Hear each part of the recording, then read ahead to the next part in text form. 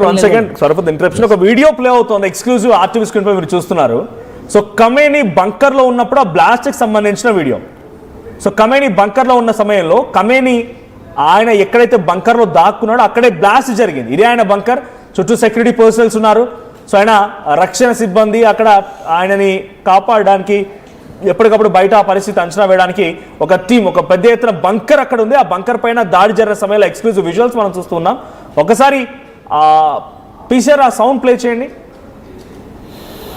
So అక్కడ మనం చూస్తున్న ఆ వీడియోలో కమేని ఉంది. ఆ బంకర్లోనే 7 నెలల పాటుగా ఆయన ఫోన్ని ట్రాక్ చేయడం, ఆయన పైన గూఢాచార్యాన్ని ఇజ్రాయెల్ పెద్ద ఎత్తున తెరలేపడం, ట్రాఫిక్ సిగ్నల్స్ దగ్గరటువంటి సీసీటీవీ కెమెరాలను కూడా హ్యాక్ చేయడం, అంటే completely Ali కమేని is under the surveillance of Israel from the last 1.5 year.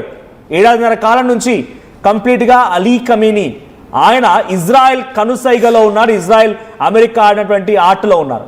So June జరిగినటువంటి నెలలో జరిగిన దాడుల్లో అప్పుడే టార్గెట్ చేయాల్సింది, కానీ సమయం సందర్భం కోసం ఎదురు చూసింది ఇజ్రాయెల్. సో ఈరోజు అవకాశం దొరికింది, అలీ కమేని అంతమొందించారు.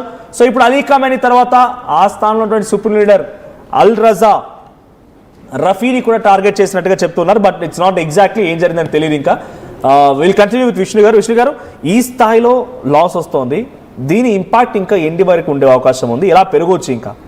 ఖచ్చితంగానండి. ఇప్పుడు మనకు గుర్తుంటే 1989లో గల్ఫ్ వార్ జరిగింది, అంటే ఇరాక్ వర్సెస్ ఇరాన్. అప్పుడు ఇరాక్ కంట్రీ మీద ఫస్ట్ ఇరాక్ వచ్చేసి కువైట్ మీద యుద్ధం చేస్తుంది, అక్కడ ఉన్నటువంటి ఆయిల్ వెల్స్ కోసము. కువైట్ని సపోర్ట్ చేస్తూ ఇరాన్ వస్తుంది అనమాట. సో అది కాస్త ఏమైందంటే proxy war between Iraq and Iraq అయిందనమాట. అప్పుడు 1991, 1990s, 1992లో ఒక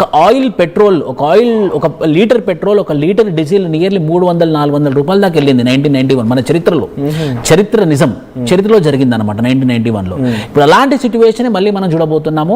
complete Gulf, straight of Hormuz, మళ్ళీ అక్కడ ఉన్నటువంటి రెడ్ సీ, ఈ ప్రాంతం గుండా నియర్లీ 20% ఆఫ్ ఆయిల్ ట్రేడ్ జరుగుతుంది. ఈ ఆయిల్ ట్రేడ్ జరుగుతున్నటువంటి ఈ రెడ్ సీ మొత్తం మూసివేయడము, ఇరాన్ కంట్రోల్లో తెచ్చుకురావడము, ఐఆర్జీసీ కంట్రోల్లోకి రావడం వల్ల ఇప్పుడు ఆయిల్ ప్రైజెస్ అయితే బ్రహ్మాండంగా పెరిగి భారతదేశం మీద ఒక ఎన్నడూ లేనటువంటి ఇంపాక్ట్ అయితే చూపించే అవకాశాలు ఎక్కువగా ఉన్నాయి. ఇంకో 1 week or 10 days లో మనం ఇంపాక్ట్ చూడబోతున్నాం. Most of the purchase from Russia, right? మన దగ్గర ఎక్కువ రష్యా నుంచి కొనుగోలు చేసే ఆయిల్ అంటే మనం డైవర్సిఫై చేసాము. 1989లో recently agreement with America to regarding Venezuela దగ్గర నుంచి ఆయిల్ రిజర్వ్స్ కోసం రిలయన్స్ తో అగ్రిమెంట్ చేసుకున్నట్టు ఉంది. So Venezuela and Russia is the most factor for oil in India. ఇండియాపై ఎటువంటి ఎఫెక్ట్ ఉండే అవకాశం ఉంది?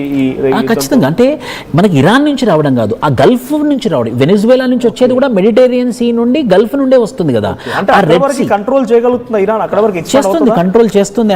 ఎందుకు చెప్పగలము అని అంటే 2. ఒకటేమో ఆ బార్డర్ గుండా ఇరానే ఉంది, 1. 2 హౌతీస్, యమన్లో ఉన్నటువంటి హౌతీస్, వీళ్ళు పైరేట్స్ లాగా పనిచేస్తున్నారు. ఏవైతే ఈ కమర్షియల్ షిప్స్ వస్తున్నాయో, ఈ కమర్షియల్ షిప్స్ని అటాక్ చేస్తూ ఆ కమర్షియల్ ఉన్నటువంటి ఆయిల్ అంతా కూడా దొంగిలించడం చేయడము, అది వాళ్ళు షియాసే అవ్వడము. సో ఆ కారణం చేత ఈ ఆయిల్ ఏవైతే మూవ్ అవుతుందో, అది వెనిజువేలా నుంచి వస్తున్నటువంటి ఆయిల్ కావచ్చు, యుఎస్ఏ నుంచి